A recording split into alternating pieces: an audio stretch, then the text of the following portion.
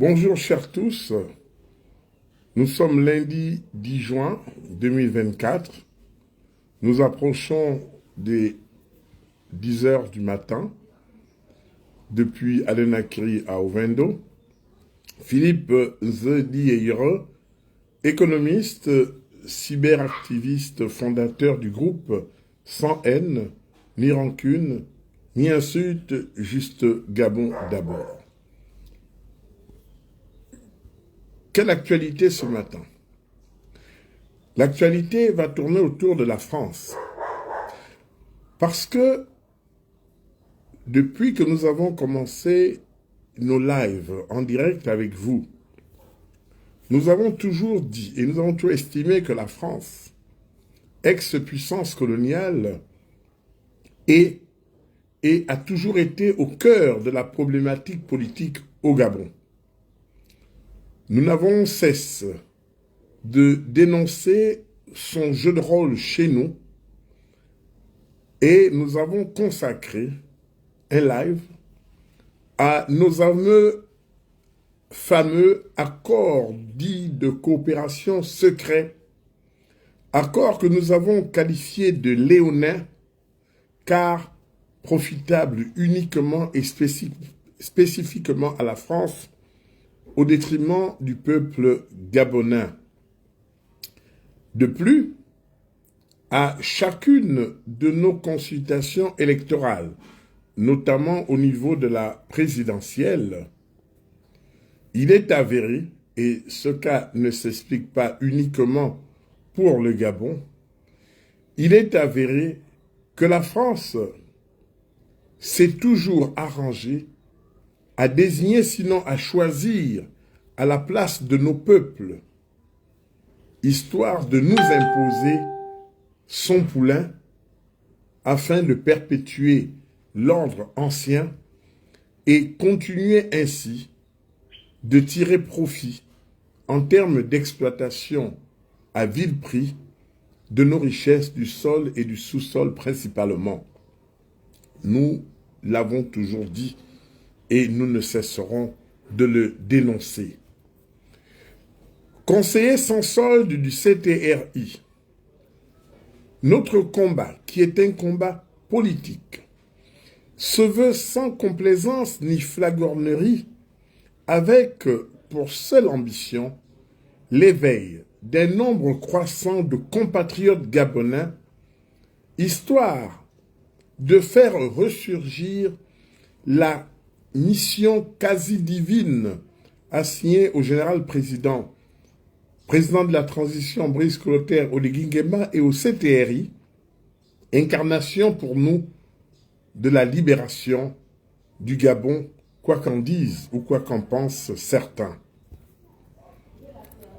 Pour ce qui est de l'actualité du moment, depuis hier soir, suite aux résultats des élections européennes, nous assistons en France à ce que l'on qualifie de séisme politique avec la victoire du Rassemblement national, ex-Front national de Marine Le Pen, qui devient ainsi la première force politique en France, suivie logiquement, bonjour à Namba, suivie logiquement par la décision prise par le président Macron de dissoudre l'Assemblée nationale afin que d'ici 3 semaines, le peuple de France puisse retourner aux urnes pour infirmer ou confirmer le choix qui a été fait hier. Le choix des représentants de la France au Palais Bourbon amènera, en n'en point douter, une nouvelle configuration du monde politique français.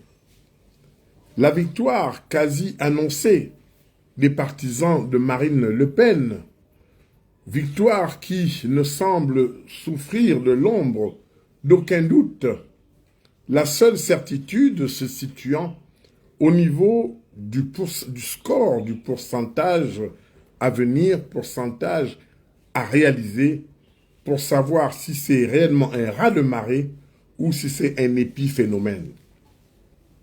Le peuple de France, libre et souverain, vient ainsi de sanctionner l'incurie et la mauvaise gestion de ces 30 dernières années en France, tous partis politiques confondus, de la droite à la gauche en passant par le centre. Pourquoi nous en parlons?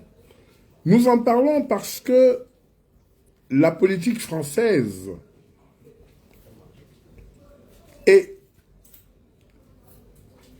agit, impacte la politique gabonaise, notamment la politique des pays d'obédience française d'Afrique francophone. Peut-on penser que les bouleversements intervenus en France peuvent être également ou peuvent rentrer dans ce signe de notre essor vers la félicité en Afrique noire? Parce que devant imposer une nouvelle relation, peut-être relation d'État à État et non d'État vassaux à État primus, la question est posée. C'est dans ce sens que nous participons à notre manière avec notre live de ce matin. Et nous voulons interroger, ou nous nous interrogeons, mais pourquoi?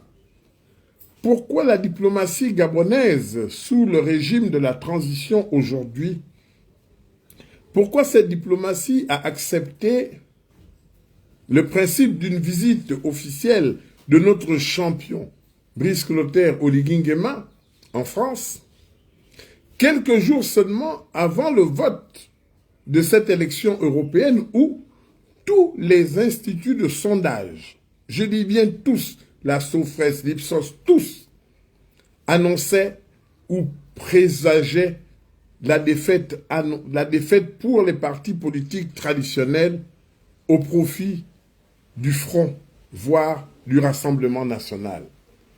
Pourquoi organiser alors une visite d'État à ce moment-là?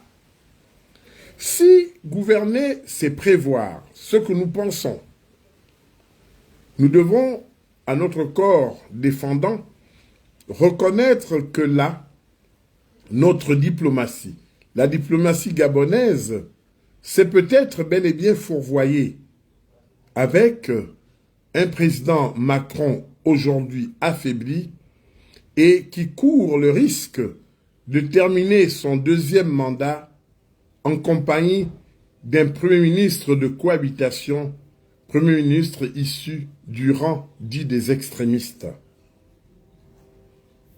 La question pour nous, au Gabon, quelle sera l'attitude et surtout, que vont faire le CTRI et le général président de la transition, Brice Clotaire Oligui Nguema, face à cette nouvelle donne politique qui change de tout en tout notre relation traditionnelle avec la France? Réfléchissons-y. Posons-nous les bonnes questions. Puisque Madame Marine Le Pen, égérie de ce mouvement, parle de nationalisme, parle du retour des Françaises aux commandes. Elle a un programme qu'elle va vouloir dérouler jusqu'à la prochaine présidentielle en France. N'est-ce pas l'opportunité pour nos dirigeants de la transition de poser un certain nombre de problèmes, de nationalisme à la gabonaise, le Gabon d'abord, l'usage et les modalités d'usage du franc CFA, le franc des colonies françaises d'Afrique, les accords avec les grands groupes français, n'est-ce pas le moment, n'est-ce pas le temps où il faille remettre à plat tout cela? Question. Parler est une nécessité quand écouter est un art, nous enseigne Goethe romancier, dramaturge et homme d'État allemand.